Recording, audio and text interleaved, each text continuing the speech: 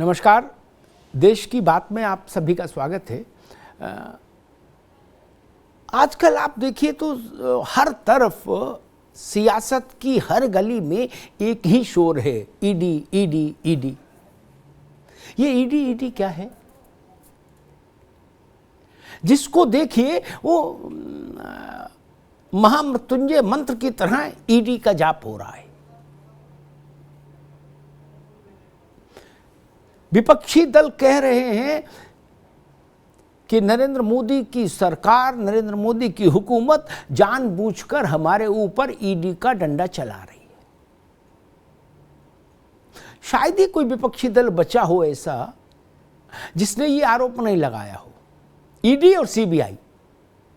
लेकिन आप यूं समझ सकते हैं कि सीबीआई को मानिए 250 mg की दवा गोली और ईडी को 500 mg। ईडी में तासीर थोड़ा ज्यादा है, इसलिए शोर भी ईडी का ज्यादा है।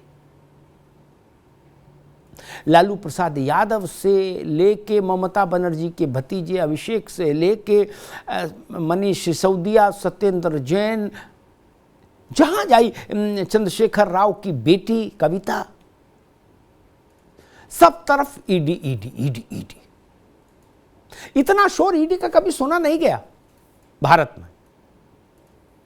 और एक बात और जान लीजिए, ये जो ईडी अचानक से आपको बहुत ताकतवर दिख रहा है ना,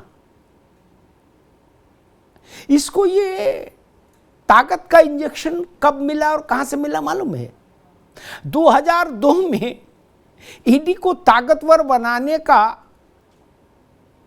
प्रस्ताव केंद्र सरकार ने तैयार किया और 2005 में वो फिर लागू हुआ। यानी ईडी को ऐसे नाखून और ऐसे दांत चिदंबरम साहब देकर गए थे, पी चिदंबरम, जब देश में उनकी सरकार थी। अब वही विपक्षी दल, वही कांग्रेस सबसे ज्यादा पीड़ित है इन्फोर्समेंट डायरेक्टरेट के छापों से। एक तर्क दिया जा रहा है कि विपक्ष के लोगों के खिलाफ छापेमारी नहीं होनी चाहिए। क्या ऐसा कोई नियम बन सकता है, या कि दुनिया के किसी देश में क्या ऐसा कोई नियम बना है कि विपक्ष को किसी भी तरह की जांच से एग्जेम्प्ट कर दिया जाए? नहीं ना। एजेंसी ईडी हो, सीबीआई हो, इनकम टैक्स हो, अधिकतम क्या कर सकती है? आपको ले जाकर अदालत के सामने खड़ा कर सकती है, गिरफ्तार करके। आप जेल में रहेंगे कि नहीं रहेंगे, आपके खिलाफ केस बनता है कि नहीं बनता है, आपके खिलाफ केस चलेगा कि नहीं चलेगा, ये सब फैसला ना ईडी कर सकती है, ना सीबीआई, ना इनकम टैक्स। ये फैसला करेगी अदालत, और अदालत ही कर रही है। फिर इतना हाइश तौबा क्यों? अगर सरकारी एजेंसियां अधिकतम दखल भी देंगी तो यही ना करेंगी। उसके बाद आपको सजा होगी या नहीं होगी, आप पर केस चलेगा कि नहीं चलेगा, आपके खिलाफ मामला सच्चा है कि झूठा, ये कौन तय करेगा? अदालत ना। अदालत तो चुनाव नहीं लड़ने जाती, जजेस तो किसी पार्टी पॉलिटिक्स में नहीं पड़ते, फिर हंगामा इतना क्यों? और एक और बड़ा सवाल खड़ा होता है जिस पर मैंने बार बार देश का ध्यान खींचा। लालू प्रसाद यादव के खिलाफ मामला जब बना था चारा घोटाले का, उस वक्त कौन सी पार्टी की सरकार थी? उस वक्त उस गठबंधन की सरकार थी जिसकी सबसे बड़ी पार्टी जनता दल था, और जनता दल के अध्यक्ष थे खुद लालू यादव। देवीगौड़ा और गुजराल के समय में लालू यादव जेल गए कि नहीं गए? तब उन्हीं की सरकार थी, तब भी जेल गए। चारा घोटाले में उनको सजा हुई कि नहीं हुई? तो मसला ये कि अगर आपको अदालतों से सजा हुई है, बाकायदा जेल यात्रा संपन्न हुई है आपकी निर्विघ्न लंबी अवधि की, तब आप कैसे कह सकते हैं कि ये केस राजनीतिक दुर्भावनावश लगाए गए? नहीं। क्या इस देश में अब ये चलन चलेगा कि सारे भ्रष्टाचार के मामलों को राजनीतिक दुर्भावना से प्रेरित कह के खारिज कर दिया जाए? क्या कोई ऐसा क्या कोई ऐसी चाहत इस देश में डेवलप हो रही है कि भाई जो खादी का कुर्ता पहनेगा नेता होगा उसको छूट रहेगी, उसके खिलाफ कहीं कोई नोटिस नहीं जाएगा, कोई जांच नहीं होगी, कोई गिरफ्तारी नहीं होगी? ऐसा तो नहीं हो सकता ना। मनीष सिसोदिया एक शराब घोटाले के मामले में जेल गए।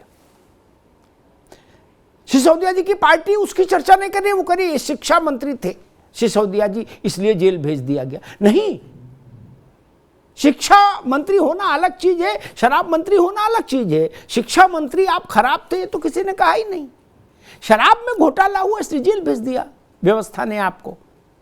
इतनी सरल बात को इतना कॉम्प्लिकेटेड करके हम क्यों बताते हैं?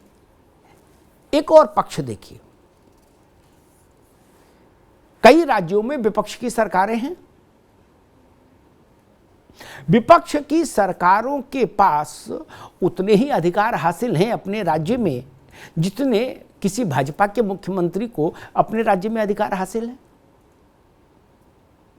क्या आम आदमी पार्टी की पंजाब की सरकार में मुख्यमंत्री भगवंत मान ने अकाली दल, कांग्रेस और भाजपा के उन नेताओं को जेल में भेजे डाला है अभी तक, या उनके खिलाफ कोई कार्रवाई की है जिनको वो चुनाव में भ्रष्ट बता रहे थे? नहीं की ना। फिर क्यों नहीं की? क्या तेलंगाना में चंद्रशेखर राव की सरकार ने, है जिसका कार्यकाल अब समाप्त होने जा रहा, भारतीय जनता पार्टी के उस राज्य के बड़े नेताओं को जेल में डाला आरोपों के चलते? नहीं ना। क्या बिहार में लालू जी और नीतीश जी की पार्टी की गठबंधन की सरकार ने वहां के भाजपा के नेताओं को जेल में भेजा, उनके खिलाफ अनियमितताओं की कुछ बड़ी जांचें की क्या कहीं? नहीं ना। तो जहां आप सरकार में वहां आप क्या कर रहे हैं? क्या ममता बनर्जी ने अपने राज्य में शुभेंदु अधिकारी की किसी जमीन को जब्त किया? क्या शुभेंदु अधिकारी की किसी कोठी पर बुलडोजर चला? आप केवल आरोप लगा रहे हैं कि शुभेंदु अधिकारी ने हजारों करोड़ की संपत्ति पैदा कर ली, तो उसको अटैच करिए, दंडित करिए शुभेंदु अधिकारी को। कौन रोक सकता है राज्य की सरकार को? लेकिन आप कहीं से भी ऐसी खबर आती नहीं सुनेंगे। क्यों? इसके पीछे भी तो सोचना होगा फिर कि विपक्ष के मुख्यमंत्री प्रधानमंत्री को जो चिट्ठी लिख रहे हैं, आर्तनाद कर रहे हैं, हाहाकार कर रहे हैं, कह रहे हैं कि भाई बख्शो, वो लोग अपने राज्यों में ऐसी कड़ी कार्रवाई भ्रष्टाचार के खिलाफ, दुराचार के खिलाफ, अनाचार के खिलाफ क्यों नहीं कर रहे? चुनाव में वो इन सब मुद्दों को उठाकर ही गए थे ना। उत्तर प्रदेश में समाजवादी पार्टी और बसपा लंबे समय तक अदल बदल के सरकारों में रहे और हर चुनाव में यही कहा जाता था कि हम आएंगे तो इनको जेल भेज देंगे, और जेल कोई नहीं गया, भेजा किसी ने किसी को। तो मसला ये कि जो विपक्ष के लोग ये कह रहे हैं कि ईडी, सीबीआई और इनकम टैक्स के जरिए विपक्ष को खत्म करने की साजिश हो रही है, वो क्या ये चाहते हैं कि राजनीतिक दलों के बीच में ये अघोषित समझौता जो पूर्व में कभी था वो अब भी यथावत जारी रहे कि ना मैं तेरी कहूं ना तू मेरी कहे? कोई भी पूर्ववर्ती सरकार की जांच वर्तमान सरकार ना कराए, बड़े राजनेताओं के खिलाफ मामले नहीं खोले जाएं? क्या उस समझौते के लिए ये हल्ला गुल्ला हो रहा है? आप किसी से सवाल पूछिए कि भाई आपके यहां ईडी ने छापा मारा या ईडी ने आपको गिरफ्तार किया, आपको नोटिस दिया, आपको क्या कहना है? तो वो अपनी बात नहीं बताएगा, वो कहेगा कि भारतीय जनता पार्टी में जो लोग शामिल हैं उन लोगों के भ्रष्टाचार की जांच नहीं हो रही। उनके भ्रष्टाचार की जांच भी होनी चाहिए, वो एक विषय है। दूसरा विषय आपका कि आपने भ्रष्टाचार क्यों किया। दोनों अलग अलग विषय हैं और दोनों कमजोर नहीं। और एक बड़ा सवाल, निष्पक्ष सवाल, तटस्थ सवाल, आपने कभी कोई ऐसी खबर सुनी क्या, किसी अखबार में पढ़ी हो या टीवी पर सुनी हो कि हमारे ऊपर ईडी और सीबीआई के छापे मत डालो, ऐसी मांग करने वाले विपक्षी दलों ने कभी सुप्रीम कोर्ट में कोई एक ज्वाइंट पिटीशन लगाई हो, अर्जी लगाई हो, और उसमें भाजपा से जुड़े जिन लोगों को वो भ्रष्ट बताते हैं उनका पूरा सिजरा दिया हो, पूरा कच्चा चिट्ठा दिया हो और कहा हो कि हुजूर चूंकि केंद्र की सरकार इन पर मेहरबान है इसलिए हमने आपका दरवाज़ा खटखटाया, आप इनके खिलाफ जांच का आदेश दीजिए। कभी हुआ क्या ऐसा? क्यों नहीं हुआ? इसके पीछे भी तो सोचिए, होना चाहिए था। जब आप रोज पब्लिक फोरम पर आकर ये कहते हो कि बीजेपी वॉशिंग मशीन है, वो उसके यहाँ गंदा आदमी आता है धुल के बाहर साफ हो जाता है, तो आप अदालत जाइए ना उनके खिलाफ। सरकार नहीं सुन रही आपकी, ठीक है, अदालत तो है ना, सुप्रीम कोर्ट है ना, जाइए। आखिर आप राफेल पर गए थे ना सुप्रीम कोर्ट, पेगासस पर गए थे ना सुप्रीम कोर्ट, तो इस पर क्यों नहीं जाते हैं? जाइए। और जितने लोगों के ऊपर छापे पड़े हैं राजनेताओं के या उनके परिजनों के यहां, उनमें से कितने बरी होकर आए अदालतों से? जरा गौर करिए।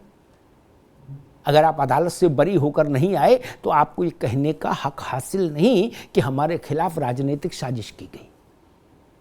राजनीति में हैं आप राजनेता हैं, इसलिए आपको चोरी और लूट और डकैती करने का अधिकार हासिल हो जाए, ये कतई संभव नहीं, होना भी नहीं चाहिए। और मैं तो कहता हूं सरकार केंद्र की हो चाहे राज्य की हो, किसी पार्टी की हो, भ्रष्टाचार को लेकर राजनीतिक समझौता अस्वीकार्य होना चाहिए हर स्तर पर। हर सरकार का कर्तव्य है कि वो राजनीतिक भ्रष्टाचार के विरुद्ध कदम उठाए, फिर सरकार चाहे मोदी की हो चाहे ममता बनर्जी की हो। धन्यवाद।